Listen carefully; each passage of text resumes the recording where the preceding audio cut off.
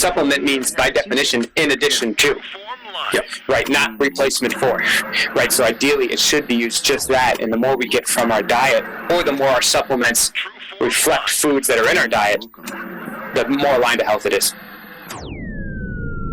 Welcome to Exploring Mind and Body with Drew Tadia. Drew is an expert in nutrition, fitness, lifestyle, and more. And he wants to help you live a healthier, longer, and more active life. Now here's your host, Drew Tadia. Welcome to another edition of Nationally Syndicated Exploring Mind and Body. Thank you so much for being here. Thank you for tuning in, for being a part of our True Form Life community. We're coming at you with a brand new show. We appreciate whether you're listening on terrestrial radio across the country or as a podcast around the world. We certainly wouldn't be here without you. So stick around. We got all that coming up. This is Exploring Mind and Body. Naturally improve your lifestyle one show at a time with your host, Drew Tadia.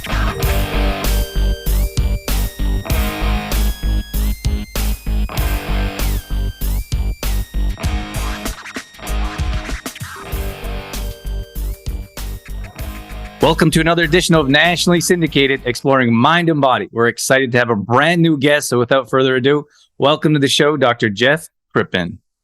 Awesome, Drew. It's a pleasure to be here with you and your audience today. Thanks for having me. You betcha. We're looking forward to it. Let's jump into it. Tell us about who you are and what you do.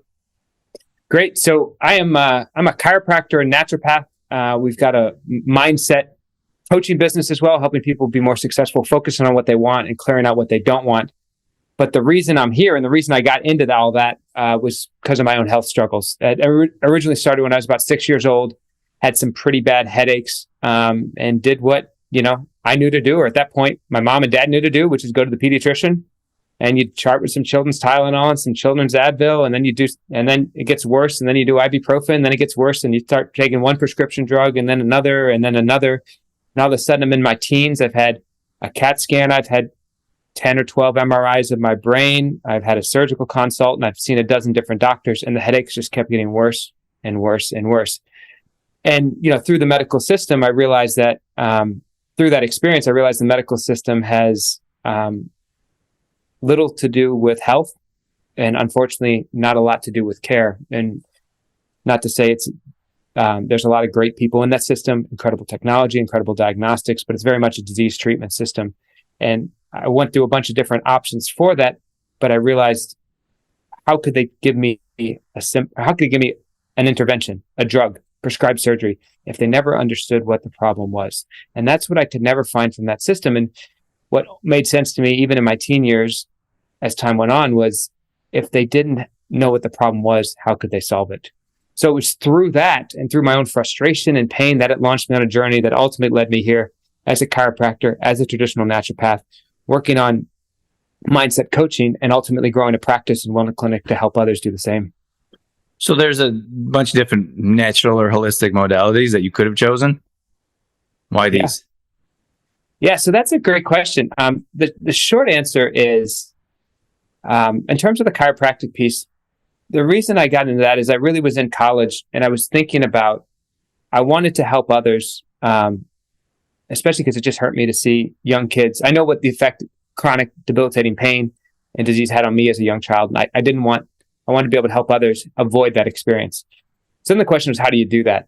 And really what that came down to for me was specifically working from inside the medical system as an MD or an osteopath, or working from more outside the medical system, and specifically as a chiropractor. And I went back and forth looking at a few different options, but ultimately, I think I recognize that system is built and structured in a certain way that sometimes it's easier to affect change from the outside of that system. So that's what led me to chiropractic. And what I really loved about chiropractic was the philosophy of it, which is basically the body is a self-healing, self-regulating organism, and it needs no help, just no interference.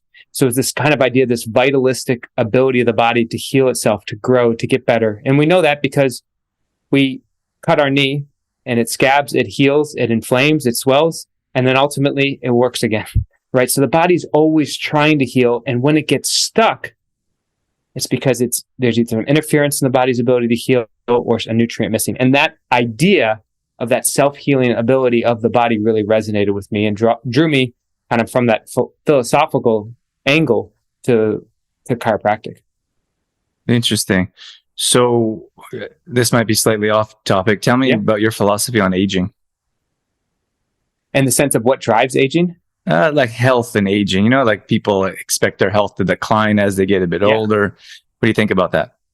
Well, I love this question. And like, you have a patient come in and say, I've got some knee trouble. And I was like, oh, what's going on with it? Oh, doc, I'm just getting old. It's like, okay, you got some right knee pain. I understand. But how old's your left knee?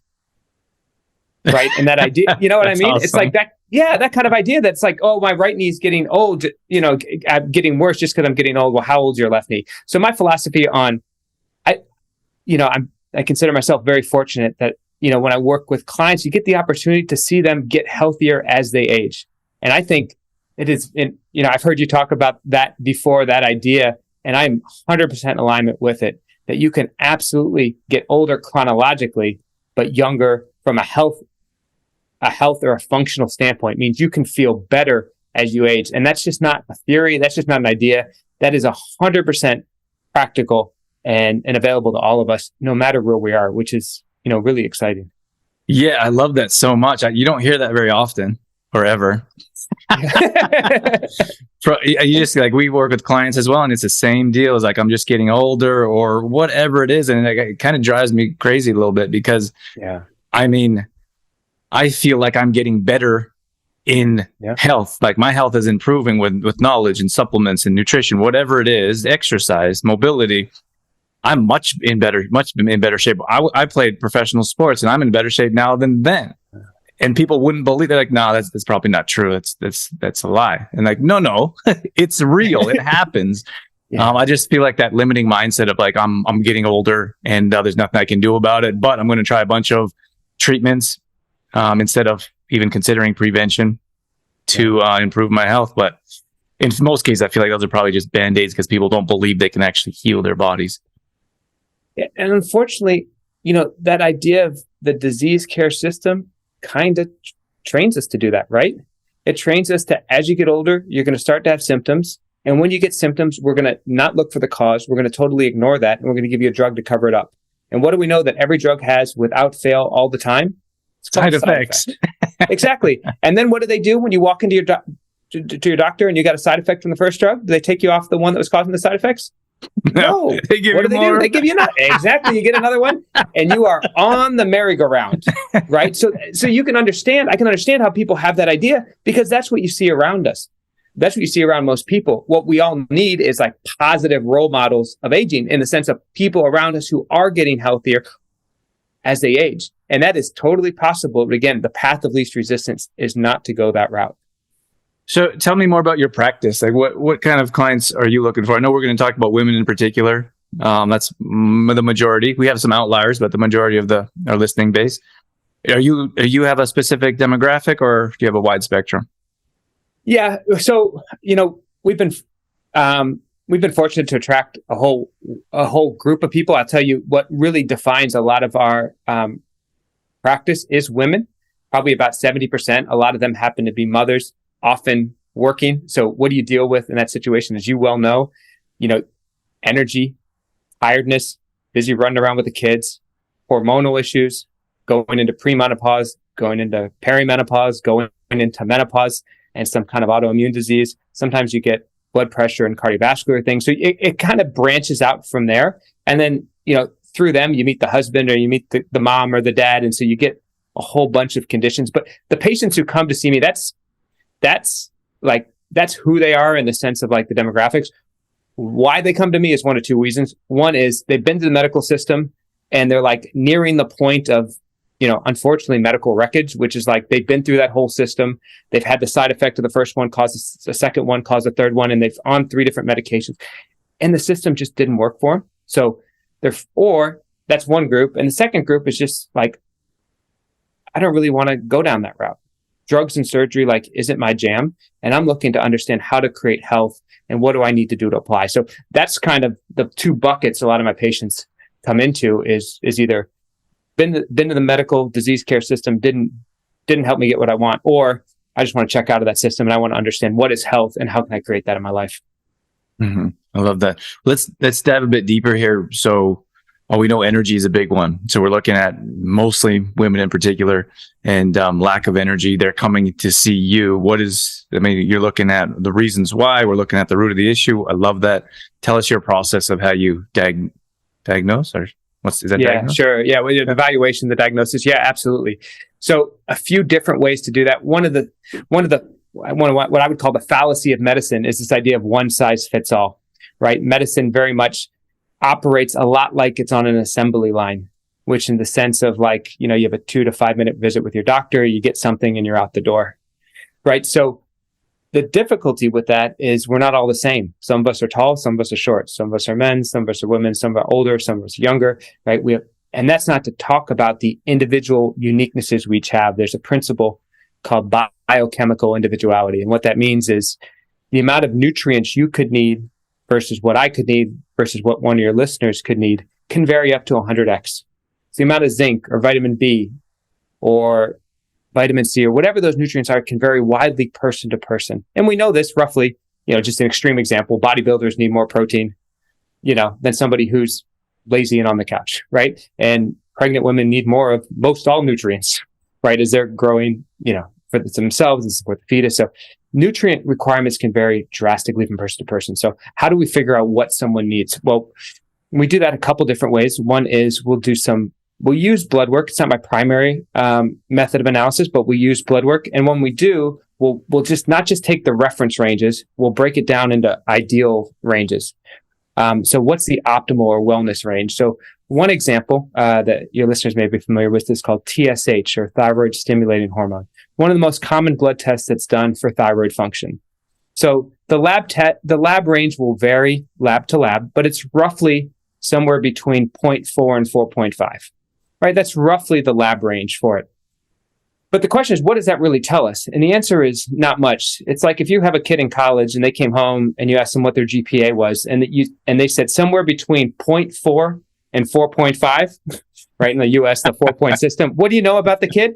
Nothing other than they're still alive, right? And that's about all you know, right? So we'll break that down, and optimum range often falls somewhere between 1 and 2. So on the low tail, that tells us something. On the high end of normal, that tells us something else. But we look for optimum, and we'll do that for dozens and dozens of different blood tests. And then we'll actually look at an individual energetic assessment of the body. We use something called muscle testing to find out what organs are strong, what organs are weak, and then what's stressing out those organs. So when you talk about fatigue and you talk about women and mothers and people in that area, their first attention most likely goes to 1 or 2 areas, and that is the thyroid.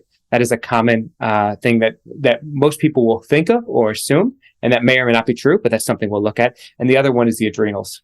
So the adrenals there's 2 glands about the size of pea that sit right on top of your kidney, and they basically help you handle the stress and strain of life. And guess what? If you have a car and you drive it cross country and you redline the engine the whole way across, if you're going from Vancouver over to the East Coast and you're redlining that engine, guess what? You're going to need more gas, you're going to need more oil, and there's going to be some damage to the car. Well, it's not too much different if we're busy, working, kids, and you're redlining your body for a while. You're going to burn up the nutrients that you need.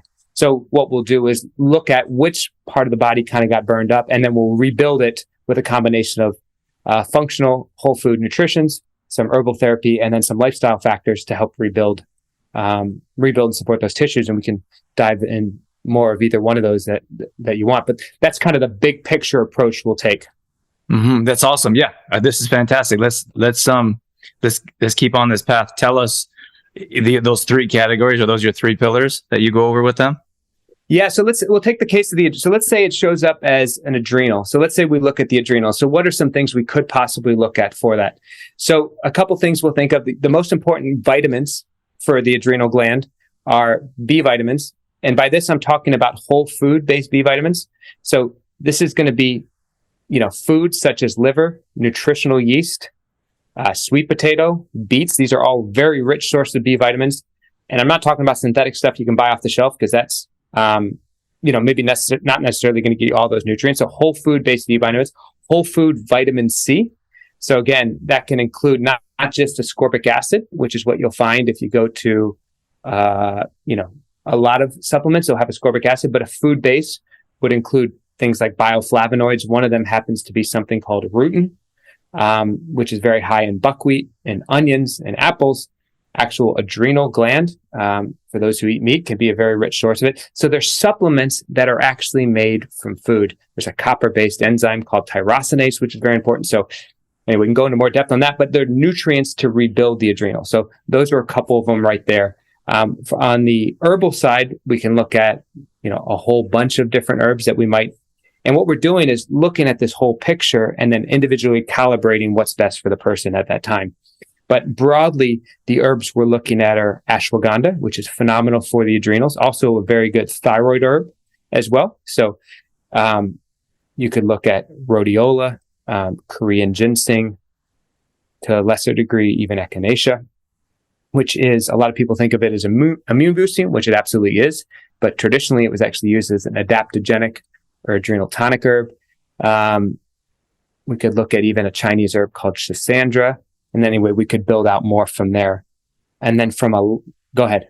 I just want echinacea. Tell me real quick. So how did that, I'm always interested in the history. How did that get transferred over to immune system? Yeah. That's not where it started.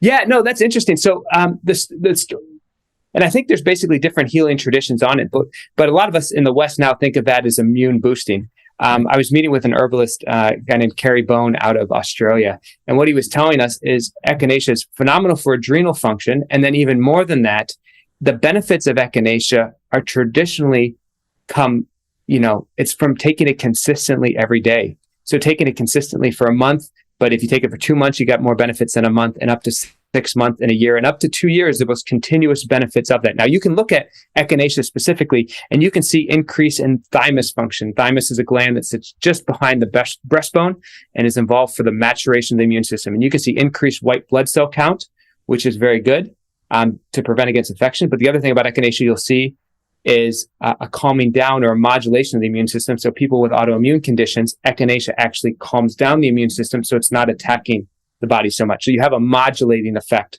with echinacea. Now, that's one part of the question, but to answer specifically what you asked, they actually met with some, it's an herb that grows here in the United States, specifically up in the Midwest, and they looked at some of the indigenous or Native American tribes up there and asked them how they used it. And basically they talked about it being for a tonic and for energy. So it was interesting. So how it developed, and a lot of the research and a lot of the use now is very much on the immune system side, and a short-term, typically immune response. But at least with some of the Native American cultures here in the U.S., its traditional use is that long-term adaptogenic energy support. I don't know how you feel about, we're into supplements as well. I really like to read ingredients and pay attention to what goes in our body. I try to find, in most cases, products without alcohol in there. I'd imagine there's benefits on some level, but I see a lot of echinacea on the shelf that has alcohol in it. Any idea why that is? Yeah, so So when you're looking at echinacea, you're looking at the active ingredients that are in it. So the key thing to when you're evaluating echinacea is, what is the active ingredient in it, and the active ingredient within echinacea is something called the alkalinamides. And those are a functional group within the echinacea. And the reason that matters is echinacea is fairly easy to grow, but one of the groups of molecules that actually make echinacea work are the alkalinamides. So when you're getting an echinacea, you want to make sure it has a certain alkalinamide content. Or if you can guarantee that, you can be much more certain about its effectiveness or its function. So why is it? So that's the key ingredient. So ultimately, when you're choosing the extraction method, it can be water-based, can be alcohol.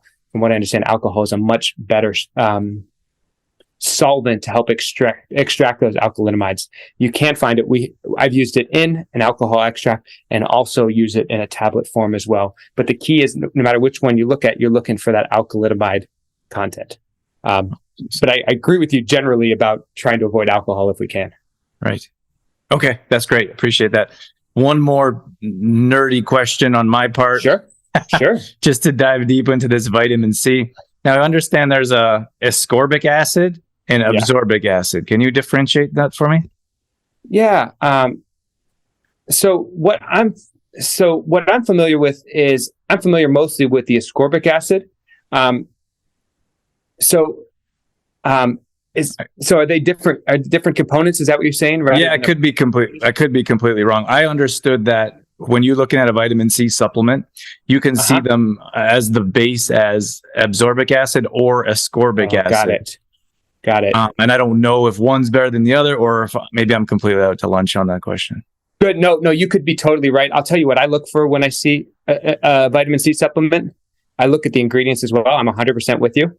But the ingredients I like to see are things like nutritional yeast, buckwheat powder, veal bone, reishi mushroom, shiitake mushroom, carrot. Like, I'm looking for a whole food source of the vitamin C. And the reason is because the ascorbic acid, the example or the analogy I like to use with patients and with clients is the ascorbic acid is like the wrapping paper. The gift is the vitamin C inside. So ascorbic acid by weight is no more than 2 to 5% of vitamin C when you find it in nature. So that means if you pick up a broccoli, or piece of broccoli, or you pick up an orange, the functional part of the vitamin C is those bioflavonoids, something that I mentioned called rutin. And rutin actually posted something on my Instagram, but it was a Harvard University did a screen of 5,000 different nutrients to find out what was the single best clot busting molecule that existed. And they looked at things that prevented arterial clots in the arteries, and venous clots, which are clots in the veins, the venous system. And from a medical perspective, they use different drugs to prevent clots in the arteries and different drugs to prevent clots in the veins. What they found was rutin was the single most effective molecule preventing clots of the 5,000 things they studied. And what made it unique is it had efficacy, or it worked both in the arteries and the veins. So that's an example of one of the components you'll find in that whole vitamin C complex that you won't find in an ascorbic acid supplement. So by example, that's the gift that's within the wrapping paper. And if you're getting just the ascorbic acid, you're getting just the wrapping paper. And we may have heard that ascorbic acid is an antioxidant, and it absolutely is. But the function of that antioxidant is to protect what's inside that package. Things like rutin, different bioflavonoids that support vascular integrity, so to help make stronger blood vessels. As I mentioned, there's an enzyme called tyrosinase, which is copper-based, which is really important for thyroid and adrenal function. So that's when I think. So when I look at a vitamin C supplement, that's what I'm looking at. I'm looking for it being food-based, and whatever the ascorbic acid content is should be no more than 2 to 5% of the total pill, because that's roughly how it's found in nature, depending on the food. And how about just let's end this vitamin C off with camu. Is that something that was that a natural form of vitamin C that you're talking about? Exactly. So that could absolutely be a food that has vitamin C in it.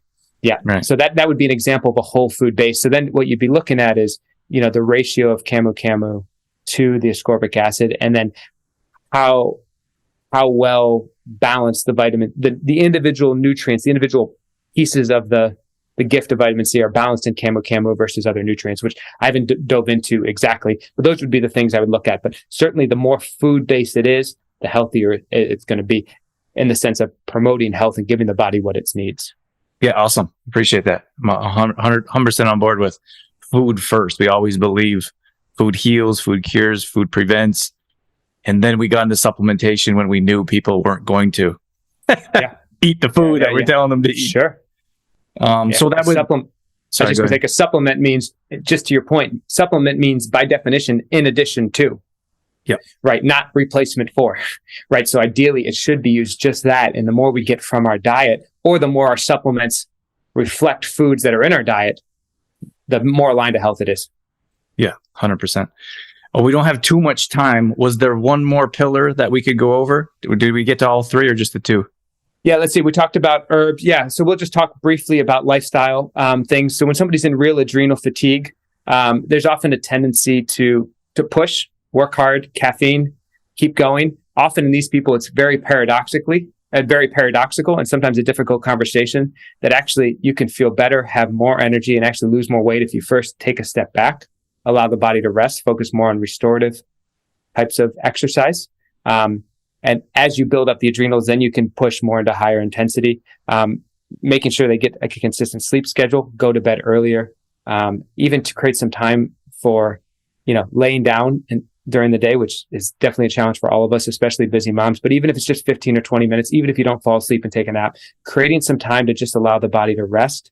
And I'll throw one more for you. And somebody with adrenal issues, you'll know this because if you're on this call and or on this podcast and you're listening and you crave salt, right? Salt cravings are a sign of adrenal fatigue. So, and the reason is your adrenals help hold on to sodium in the body. So as the adrenals get weak, you'll lose more sodium through the urine. So if you're the kind of person that craves salty food, or likes chips or things like that with salt, that's a sign of adrenal fatigue. So in those cases, supplementing or adding to your food a good quality sea salt, 1 to 2 teaspoons a day, is incredibly helpful to help heal up the body and replace what's being lost through those adrenals. So anyway, there's more we can get into, but those are a couple things we can touch on as well. Sure. Yeah, we don't have much time, but I'm enjoying. Can you tell us the can you differentiate between sea salt and Himalayan salt? Yeah. Great. So Himalayan would be an example of a sea salt. So you're looking sea salt, basically just dehydrated ocean. So Himalayan is sea salt that comes from the Himalayas. You can find a different form of Celtic sea salt would be another form of sea salt. There's some from Hawaii as well. So there's different types of sea salt. Himalayan happens to be a really, really great one to use. Okay. So that was the getting into history. Was the Himalayas used to be under the ocean? Do you know that? Yeah. I believe that's exactly right. Yeah. Okay. Awesome. I wish we had more time. This was fantastic. Is there anything that you wanted to share before we wrap things up here? No, time flew by. It was really enjoyable. Pleasure to connect, and just like to thank your audience for listening, and just congratulate them for taking steps towards their health, for listening to podcasts like this, and for putting their intention on getting better and growing. Yeah, awesome. All right. I just wanted to end with how to find you, your services. How can people reach you? Yeah, great. I mean, the reason I'm here is to share a message of health and help people achieve it. So if you want to continue the conversation, you can find me on Instagram, which is just my name, Jeff Crippen, JEFFCRIPPEN. And if you want to go deeper in some of these topics and really talk about what are these principles of health, how can we achieve it more efficiently, more quickly, I wrote a book called Timeless Youth, The 5 Truths of Transformational Wellness and Holistic Healing. And you can find that on Amazon, through our website, timelessyouthbook.com, or any of your favorite local bookstores. They can certainly order it for you or have it in stock if you prefer to get it from there. So you can just call them and get there. But the reason I wrote that book was for mothers, for kids, the people who are going through struggling with, there's something more missing in this healthcare model, and they're not feeling 100%. And I wrote this to help expand that reach and rewire our brains towards what is health, so we can get results quicker and more effectively with whatever intervention we're trying. Fantastic. All right, Dr. Jeff, that was amazing. Thank you so much for your time. Awesome. Thanks, Drew. All right, that's going to wrap things up for this edition of Exploring Mind and Body. Once again, thank you so much for being here. Thank you for tuning in and being a part of our True Form Life community. You can always find us on Facebook.com/TrueFormLife. We post up there a couple times a day on our story. We're always trying to bring you more content around living a healthy lifestyle, whether that be nutrition, fitness, lifestyle, and more. We also have free challenges that we do at least once a month. So if you follow us along there, you'll be able to join maybe a plank challenge or a squat challenge, Tabata challenge, whatever it may be. We'd love to have you join us. We're also on Instagram.com/DrewTadia. Again, we're posting up there a couple times a day along with our story, all dedicated to keeping you fit and healthy and on track. Our main website is trueformlife.com. If you want to check out some of our products, some of our services, or if you just want some great content from videos to blog posts and recipes and more, we got all that at trueformlife.com. Once again, thank you so much for being here. That's it. That's all I got. I'm out of here. As always, I'm your host, Drew Tadia, in health and fitness for a better world. Thanks for listening. You've been listening to Exploring Mind and Body with Trueform Life's Drew Tadia, fitness expert. To find out more about the show, Drew Tadia, or to listen to past shows, visit exploringmindandbody.com.